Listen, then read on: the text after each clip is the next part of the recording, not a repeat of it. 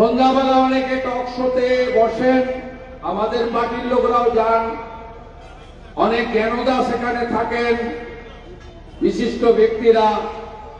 তারা বলেন বিজেপি কোথায়, নামছে না কেন? আপনারা কি খবর রাখেন? একটা ছোট্ট সভা করতে গেল, 50 জনের স্ট্রিট কর্নার করতে গেল আমাদেরকে হাইকোর্টে যেতে হয়, নইলে আপনি মঞ্চ বাঁধতে দেবেন না, চেয়ার ধরে টানাটানি করবে। কদিন আগে স্বাস্থ্য ভবনে করেছে, ছোট্ট মঞ্চ বানাতে গেছিল আমাদের রাজ্য সভাপতির প্রোগ্রামে, টেনে হিঁচড়ে সব তুলে নিয়ে চলে গেছে ওখানে। মুকেশ বলে একজন গরু চুরি মামলার আসামি সিপি আছেন তিনি। কারণ কর্তৃর ইচ্ছায় কর্ম।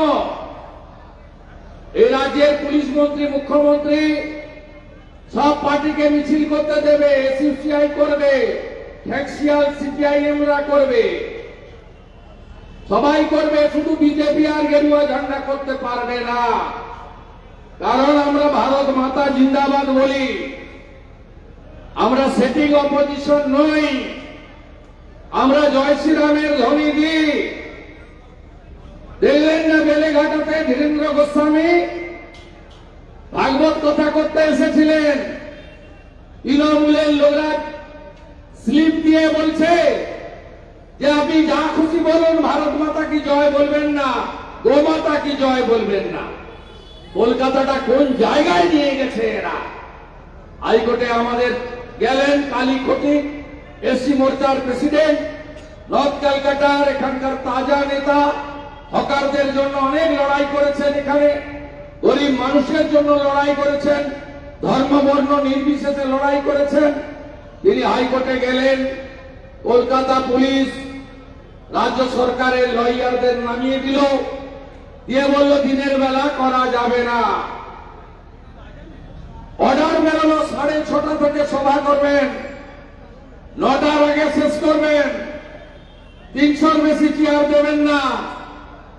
এমনকি এই যে লালবাড়ি, এখানে এখনো কিছু চোর বসে আছে হয়তো শোনার জন্য, কাঠমানিরা, যারা বলেন আমরা এতদিন শুনে এসেছি প্রাচীন বাড়ি, ঐতিহ্যের বাড়ি, রাজবাড়ি, রবি ঠাকুরের বাড়ি, স্বামীজির বাড়ি, শ্যামা প্রসাদের বাড়ি, নেতাজি সুভাষচন্দ্র বসুর কর্মক্ষেত্রের বাড়ি, আমরা শুনে এসেছি হেরিটেজ বিল্ডিং, আমরা শুনেছি দৃষ্টিনন্দন বিল্ডিং। কিন্তু আমরা এই প্রথমবার কলকাতার মহানগরিক ছাপ্পা মেরে চেতলা থেকে জেতা মুখ্যমন্ত্রীর আলালের দুলাল জনাব ফিরাদ হাকিম, তিনি একটা নতুন সংযোজন করেছেন, ঢেলে পড়া বাড়ি, নতুন সংযোজিত বাড়ি। তাই এরা বসে ভিতরে যাতে বেশি না শুনতে পারে তার জন্য 5টা লাউড স্পিকার এলাও। দেখুন বক্স দিয়ে সভা। কোন রাজ্যে বসবাস করছেন আপনি? প্রধান বিরোধী দল বানের জলে ভেসে আসা নয়, 2,33,27,000 মানুষের ভোট পাওয়া, 39% বাংলার জনগণ ভোট দিয়েছে। এই এত বড় একটা পার্টি, বিশ্বের সর্ববৃহৎ পার্টি, 15 কোটির বেশি মেম্বার, রাজ্যে 50 লক্ষ মেম্বার বিজেপির মেম্বারশিপ নিয়েছে।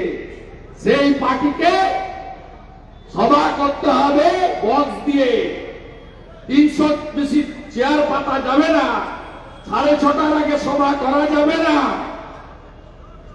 আমি হাইকোর্টকে ধন্যবাদ, তাদেরও পুলিশের কথা শুনতে হয়, তারা পুলিশের কথা শুনেছেন, কিন্তু আলটিমেটলি সংবিধানে গণতন্ত্র মেনে, বহুদলীয় গণতন্ত্র মেনে, শাসক থাকলে বিরোধী থাকবে, আমাদের বলার সুযোগ করেছেন। আর যারা টক শোতে বসে বলেন বিজেপিকে দেখতে পাচ্ছি না, তাদেরকে বলি বিজেপিকে আন্দোলন এবং প্রতিবাদ করতে সরকার কিভাবে বাধা দেয়। আজকের এই কর্মসূচির কলকাতা হাইকোর্টের রায়টা শুধু পড়ে দেখবেন, কোন রাজ্যে আপনি বসবাস করছেন। আমি ধন্যবাদ জানাই তমগ্ন ঘোষকে। আমাদের এই জেলার প্রাক্তন সভাপতিরা আছেন বর্ষিয়ান শিবাজি সিংহ রায়, আমাদের আইএফএর চেয়ারম্যান প্রাক্তন সভাপতি কল্যাণ চৌবে, আমাদের উমেশ রায় রাজ্যের সম্পাদক, বিশিষ্ট নেতৃত্ব, আমাদের জেলার জিএস, আমাদের কিষাণ ঝাড়জি, আমাদের মধ্যে উপবিষ্ট আছেন কলকাতা কর্পোরেশন বিরোধী দল নেত্রী, 6 বারের কাউন্সিলর, যে মাকে দিদিকে গত পুরো ভোটে 56 ভোটে সিপিএম কোনদিন সাহস পায়নি, অনাদি সাউরা কোনদিন সাহস পায়নি, সুধাংশু শীলরা কোনদিন সাহস দেখায়নি দিদির গায়ে হাত দেওয়ার। গত ভোটে দিদির গায়ে পর্যন্ত, তার কাপড়ে পর্যন্ত আঁচড় মেরেছে এই অর্বাচীন দুর্বৃত্তের দল মাননীয় মীনা দেবী পুরোহিত, আমাদের বিরোধী দলনেত্রী 6 বারের কাউন্সিলর। আমাদের আরেকজন লড়াকু নেতা, আপসীন নেতা, তিনি একেবারে যেমন উত্তর দিলে তোলামুলিদা সন্তুষ্ট হন, প্রতিদিন দেন, কাউন্সিলর পার্টির অন্যতম প্যানেলিস্ট সম্মানীয় সজল ঘোষ, এবং সর্বোপরি আমাদের রাজ্যের অত্যন্ত সিনিয়র লিডার, 13 বারের জনপ্রতিনিধি, কাউন্সিলর, এমএলএ, আপসীন, শুধুমাত্র এই দুর্বৃত্তদের হাত থেকে বাংলা কলকাতাকে বাঁচানোর জন্য নরেন্দ্র মোদীজির হাত ধরেছেন মাননীয় তাপস রায় মহোদয়, আমাদের সিনিয়র লিডার, আমাদের গাইডার, আমাদের মেন্টর, তাকে ধন্যবাদ জানাই। আপনারা জানেন যে আমরা আজকে এটা যে শুরু করলাম, এটা শেষ নয়, এটা শুরু। আমরা কলকাতাতে যেভাবে একেবারে আমতলার কাছে জোকা, হরিদেবপুর থেকে শুরু করে মধ্যগ্রাম পেরিয়ে বারাসাতের বাদু পর্যন্ত, এই যে কেএমডি এর এলাকা, গ্রেটার ক্যালকাটা, এই ক্যালকাটাতে যেভাবে বেআইনি বিল্ডিং হয়েছে, এই বিল্ডিং যেভাবে অনুমোদিত হয়েছে, যেভাবে অনুমোদনহীন বিল্ডিং তৈরি হয়েছে, হিট সার্টিফিকেট দেওয়া হয়েছে, কর্পোরেশনের ট্যাক্স চালু করে দেওয়া হয়েছে, তার প্রতিবাদ আমাদের করার সময় এসেছে। একাধিক জনস্বার্থের মামলা বিধাননগর এবং কলকাতাতে পেন্ডিং আছে হাইকোর্টে। আমি এই সভা থেকে মহামান্য হাইকোর্টকে অনুরোধ করব, আপনাদের জনস্বার্থের এই বিষয়গুলি যথাযথ আইনি প্রক্রিয়ার মধ্যে দ্রুত নিষ্পত্তি করতে হবে।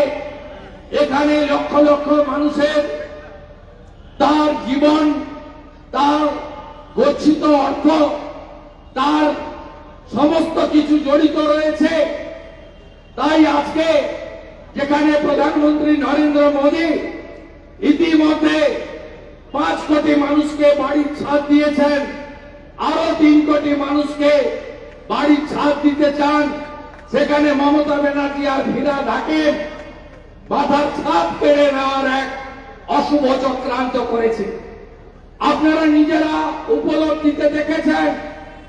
আমি অ্যাপ্রক্স একটা বলেছি, সংখ্যাটা বাড়বে কমবে না, 5000-এর বেশি পুকুর, নালা, ডোবা, জলাশয় ভরিয়ে দিয়ে অবৈধভাবে বাড়ি করা হয়েছে।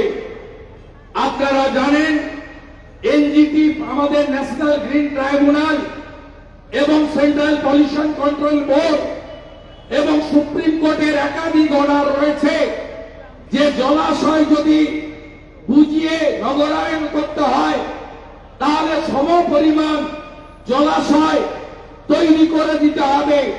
এই আন্ডারটেকিং এর ভিত্তিতে কনভার্সনে এনওসি দেয় পৌরসভা, কর্পোরেশন, পঞ্চায়েতগুলি। আপনারা দেখতে পাবেন না নতুন কোন জলাশয় এই কলকাতার বুকে তৈরি করা হয়েছে। এমনকি আমাদের যে ওয়েটল্যান্ড রয়েছে পূর্ব কলকাতা, ওই ধাপার মাঠ থেকে শুরু করে ভাঙড় পর্যন্ত পূর্ব কলকাতার বিরাট এলাকা, সেখানে আপনারা দেখবেন বেআইনি ভাবে বাড়ি করা যায় না, বেআইনি কেন ইট গাঁথা যায় না, কোথাও অস্তিত্ব এরা রাখেনি, লুট করে নিয়ে চলে গেছে। আমাদের ভিডিও ভালো লাগলে লাইক এবং শেয়ার করুন। কমেন্ট সেকশনে গিয়ে জানান আপনাদের মতামত। আরও ভিডিও পেতে আমাদের চ্যানেল সাবস্ক্রাইব করুন এবং প্রতি মুহূর্তে খবরের আপডেট পেতে প্রেস করুন বেল আইকন।